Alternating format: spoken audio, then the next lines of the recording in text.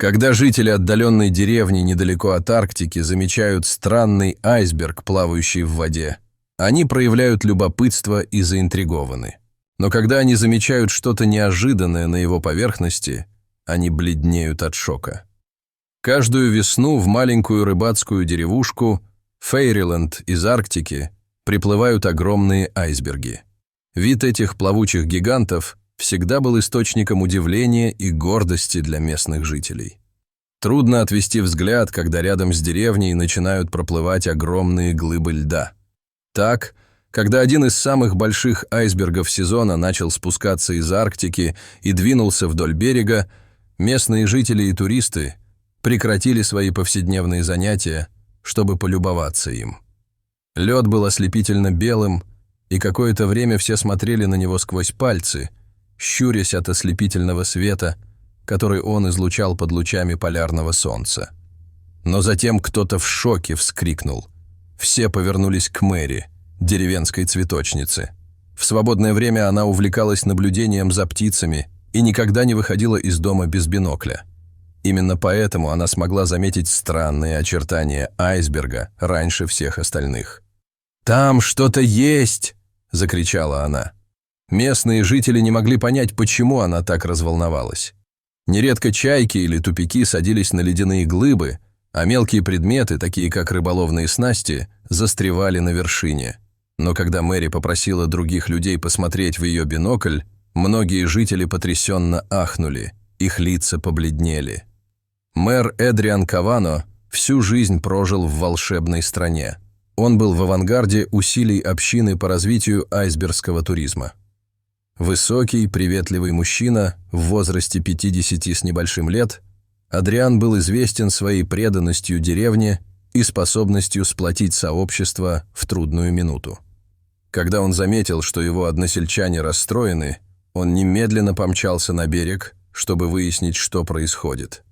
Когда подошла его очередь смотреть в бинокль, он тоже не смог удержаться от сдавленного крика. Существо на вершине айсберга не было ни птицей, ни забытой удочкой. На самом деле, это была семья белых медведей. Когда разнесся слух об айсберге с белыми медведями, Адриан быстро взял инициативу в свои руки. Он сразу понял, в чем дело. Он стоял с краю толпы и оценивал ситуацию острым взглядом. Жители деревни обратились к нему за советом. Они доверяли его руководству. Под руководством Адриана они начали обсуждать возможные способы оказания помощи. Когда начали формироваться планы, жители волшебной страны продемонстрировали солидарность, которая всегда отличала их деревню. Майор Адриан Кавано, обладающий природными лидерскими качествами, быстро организовал более тщательный осмотр айсберга. Жители деревни собрали бинокли. Несколько наиболее отважных рыбаков подготовили свои маленькие лодки к осторожному путешествию. Рыбак по имени Том был первым добровольцем. Его лодка, крепкое судно под названием Seafarer, была хорошо оборудована для плавания по ледяным водам. Рядом с ним были молодой биолог по имени Шторм и пара молодых рыбаков, готовых помочь. Группа медленно тронулась в путь. Судно рассекало ледяную воду по направлению к возвышающемуся айсбергу. Приблизившись к айсбергу, они подняли бинокли, чтобы рассмотреть его получше. Айсберг навис над ними. Его зубчатые вершины блестели в лучах раннего утреннего солнца. Вода вокруг была пугающе спокойной. Единственными звуками были плеск волн о корпус и отдаленные крики морских птиц. Шторм первой заметила белых медведей. «Вот они», – прошептала она, указывая на выступ на полпути к вершине айсберга. Самка белого медведя была узнаваема безошибочно. Ее массивная фигура словно защищала двух маленьких медвежат. Они прижались к матери и смотрели по сторонам широко раскрытыми любопытными глазами. Было ясно, что они инстинктивно понимали свое затруднительное положение. Если бы медведица была одна, она вполне могла бы доплыть до безопасного места, но с медвежатами у нее не было возможности спастись. Том выровнял лодку, и все по очереди наблюдали за медведями в бинокле. Зрелище было душераздирающим. Белые медведи оказались на мели. Жители деревни знали, что медведям грозит серьезная опасность, если айсберг продолжит дрейфовать и таять. На берегу люди с нетерпением ждали новостей. Когда лодка вернулась, Том и Шторм быстро поделились своими наблюдениями. Шторм подтвердила, что это определенно самка белого медведя с 2 медвежатами. Похоже, они застряли на айсберге. Нам нужно найти способ помочь им. Жители деревни были глубоко обеспокоены. Белые медведи были редким явлением в их водах, и присутствие медвежат делало ситуацию еще более напряженной. Оставить медведей на произвол судьбы было невозможно. Им нужно было действовать, и быстро. Мэр Кавано созвал совещание, чтобы обсудить дальнейшие шаги. Лодки были подготовлены. Были собраны необходимые припасы, цель была ясна – спасти белых медведей до того, как айсберг растает еще больше. Решимость сообщества была сильна, а их коллективный дух ярко сиял. По мере того, как жители деревни готовились к спасательной операции, становилось все более очевидным, что ситуация критическая. Первоначальная оценка Шторма была верной. Айсберг быстро таял. С каждым часом куски льда откалывались и уносились в море. Насест белого медведя с каждой минутой становился все меньше и неустойчивее. Шторм снова шагнул вперед. Белые медведи сильны и могут быть непредсказуемы, особенно когда чувствуют угрозу, объяснила она. Нам нужен план, который удерживал бы нас на безопасном расстоянии и в то же время обеспечивал их безопасность. Том предложил идею. Мы могли бы использовать наши лодки, чтобы создать барьер и направить айсберг ближе к берегу. Как только он окажется на мелководье, мы сможем найти способ выманить медведей на сушу. Мэр Кавано задумчиво кивнул. Идея была рискованной, но это был лучший вариант. Местные рыбаки, которые всю свою жизнь бороздили эти воды, были первыми, кто вмешался. Том добровольно предоставил свою лодку и опыт. По его словам, мы знаем эти воды лучше, чем кто-либо другой. Мы позаботимся о том, чтобы медведи оказались в безопасности. Шторм взял на себя координацию плана спасения. Она обрисовала стратегию и подчеркнула важность обеспечения безопасности как медведей, так и спасателей. По ее словам, нам нужно слаженно работать вместе. Наша цель – отвести медведей в безопасное место, не причиняя им никаких страданий. Волонтеры со всей деревни предложили свою помощь. Некоторые принесли сети и веревки, в то время как другие предоставили продовольствие и медикаменты. Местный хозяйственный магазин пожертвовал материалы для постройки временных вольеров для медведей. Все собрались вместе с единственной целью – спасти выброшенных на берег белых медведей. План спасения предусматривал использование рыбацких лодок для создания плавучего барьера вокруг айсберга. Это помогло бы направить медведей к берегу, чтобы они не почувствовали себя в ловушке или опасности. Шторм объяснил, что им нужно быть терпеливыми и нежными и позволить медведям двигаться в их собственном темпе.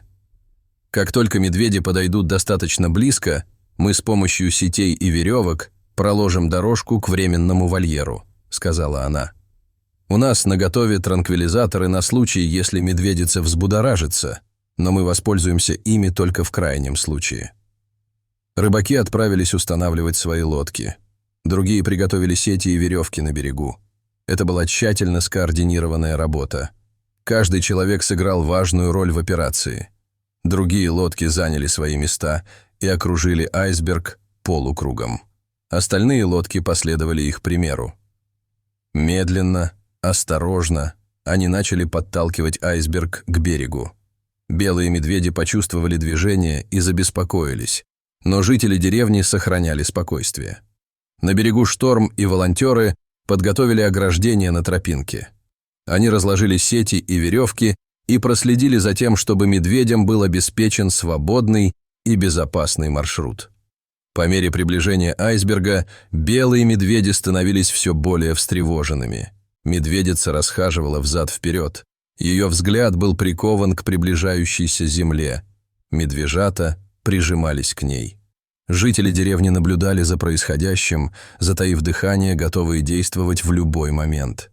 Когда айсберг оказался в пределах досягаемости, рыбаки подали сигнал береговой команде. Шторм и добровольцы выдвинулись на позицию. Медведица заколебалась. Она почувствовала присутствие людей поблизости. Затем медведица медленно ступила на импровизированный мост из веревок и сетей. Ее медвежата последовали за ней по пятам. Шаг за шагом медведицы продвигались вперед. Наконец медведица и ее медвежата добрались до вольера. По толпе пронесся общий вздох облегчения. Медведи были в безопасности. Жители деревни успешно завершили первый этап спасательной операции. Совместные усилия жителей деревни принесли свои плоды. Они объединились и использовали свои навыки, ресурсы и непоколебимую решимость, чтобы спасти белых медведей. Теперь, когда белые медведи в безопасности во временном вольере, следующим шагом была их транспортировка в подходящее место обитания. Жители деревни заказали лодку побольше из соседнего города, чтобы помочь в путешествии. План состоял в том, чтобы доставить белых медведей в заповедник дикой природы, где они были бы в безопасности и о них заботились. Однако, когда они начали готовиться, быстро возникли непредвиденные проблемы. До сих пор погода благоприятствовала нам, но теперь все резко изменилось. На горизонте собрались темные тучи, а море стало еще более неспокойным. Жители деревни привыкли к капризному характеру океана. Они знали, что действовать нужно быстро, пока условия не ухудшились. Том и другие рыбаки руководили работами на воде и координировали свои действия с командой более крупной лодки. Неспокойное море затрудняло маневрирование, и связь между лодками стала затруднительной. Волны разбивались о корпуса и заставляли маленькие лодки опасно раскачиваться. Как только они начали закреплять ограждение на большой лодке, одна из сетей лопнула. Медведица почувствовала неустойчивость. Она заволновалась и начала расхаживать по ограждению. Шторм быстро подала сигнал команде, что нам нужно успокоить ее, прежде чем она попытается сбежать. Шторм схватила пистолет с транквилизатором. Она была готова использовать его в случае необходимости, но она знала, что важно сохранять спокойствие, чтобы предотвратить дальнейшие страдания медведей. Ситуация осложнялась тем, что один из двигателей на более крупном судне начал барахлить. Команда лихорадочно работала, чтобы диагностировать и устранить проблему. Без полной мощности ориентироваться в бурлящих водах было бы практически невозможно. Часы тикали, и шторм приближался. Том и другие рыбаки использовали свои лодки поменьше, чтобы закрепить ограждение и не дать ему уплыть, в то время как команда лодки побольше разбиралась с неисправностью двигателя. Жители деревни на берегу с тревогой наблюдали за происходящим. Чувство единства и командной работы было сильнее, чем когда-либо. Казалось, прошла вечность, прежде чем двигатель снова заработал, и сеть была закреплена. Жители деревни знали, что не могут позволить себе терять концентрацию. Море по-прежнему было неспокойным, и шторм был неизбежен. Им приходилось действовать быстро и осторожно, чтобы обеспечить безопасность медведя. Большая лодка снова была в рабочем состоянии. Началась деликатная работа по транспортировке вольера. Том и другие рыбаки расположились по бокам лодки. Для обеспечения дополнительной устойчивости они использовали свои небольшие суда. Шторм внимательно следил за медведями, готовый при необходимости ввести им транквилизатор. Пока конвой пробирался по бурным водам, они постоянно общались. Лодки скорректировали свое положение и скорость, чтобы ориентироваться в сложных условиях. Командная работа была просто замечательной. К тому времени, когда они достигли заповедника, шторм начал стихать. Медведей осторожно перевезли в их новое место обитания, где они получат необходимую заботу и защиту. Спасательная операция столкнулась со значительными трудностями, но дух и решимость сообщества одержали верх. Они преодолели препятствия вместе и знали, что достигли чего-то экстраординарного. Новость об экстраординарной спасательной операции быстро распространилась. Она привлекла внимание средств массовой информации как на местном, так и на международном уровнях. Журналисты и съемочные группы нагрянули в маленькую деревушку. Всем не терпелось запечатлеть героические усилия местных жителей. История о том, как сплоченная группа жителей деревни объединилась, чтобы спасти выброшенных на берег белых медведей, была трогательной и вдохновляющей. Были опрошены мэр Эдриан Кавано, Том, Шторм и другие ключевые фигуры. Их рассказы подчеркивали командную работу и решимость, которые сделали возможным спасение. Жители деревни поделились своим опытом, подчеркнув коллективные усилия и глубокое чувство ответственности, которое они испытывали по отношению к оказавшимся в беде животным. Шторм горячо говорила о важности сохранения природы и роли, которую сообщества играют в защите дикой природы. Это спасение показало, чего мы можем достичь, когда объединяемся ради общей цели, сказала она. Это напоминание о том, что каждое действие, каким бы незначительным оно ни было, может существенно изменить ситуацию. Освещение событий в средствах массовой информации вызвало волну позитивного внимания к Фейриленду. Раньше деревня была известна в основном своей рыбалкой и айсберговым туризмом. Теперь она знаменита своим состраданием и жизнестойкостью. Пожертвования и поддержка поступали со всего мира для финансирования заповедника дикой природы и других местных природоохранных мероприятий. Когда волнение по поводу успешного спасения начало улегаться, стало известно неожиданное открытие, которое придало истории глубоко личный оттенок. Пожилой рыбак по имени Сэмюэль прожил в волшебной стране всю свою жизнь. Однажды вечером, когда шумиха в прессе улеглась, он тихо подошел к Шторм и мэру Кавано. На обветренном лице Сэмюэля появилось выражение узнавания и ностальгии. Он рассказал о своей поездке на рыбалку, которая была несколько лет назад. Во время поездки он столкнулся с одиноким белым медведем, когда плыл по ледяным водам далеко от деревни. Медведь, которого, как он теперь полагал, они только что спасли, застрял на небольшом ледяном потоке. Сэмюэл разделил с животным короткий, но трогательный момент, предложив ему часть своего улова, прежде чем оно уплыло прочь. Глаза Сэмюэля наполнились слезами, когда он заговорил. «Я никогда не забывал ее», — сказал он. Его голос дрожал от волнения. «Увидеть ее снова с медвежатами и на этот раз помочь — это значит для меня больше, чем я могу выразить словами». Жители деревни были тронуты рассказом Сэмюэля. Они осознали всю глубину его связи с белым медведем. Эта эмоциональная связь подчеркнула важность их спасательной миссии и выявила глубокие, часто невидимые связи между людьми и дикой природой. Успешное спасение стало не просто триумфом для деревни, оно стало важным завершением для Сэмюэля и свидетельством неизменного духа сострадания и заботы, который характеризовал волшебную страну. Белые медведи, которых теперь благополучно перевезли в заповедник дикой природы, хорошо адаптировались к новой среде обитания. Шторм постоянно информировала жителей деревни об их успехах. Она поделилась фотографиями и отчетами, на которых видно, что медведица и ее детеныши процветают. Эта постоянная связь с медведями еще больше укрепила связь между деревней и животными, которых они спасли. Внимание средств массовой информации, вызванное спасением, продолжало освещать сказочную страну в позитивном свете. История храбрости и сострадания жителей деревни была показана в многочисленных новостных статьях, документальных фильмах и даже в коротком сюжете популярной программы о природе. Туристы стекались в деревню не только ради айсбергов, но и для того, чтобы узнать о вдохновляющей истории этого сообщества.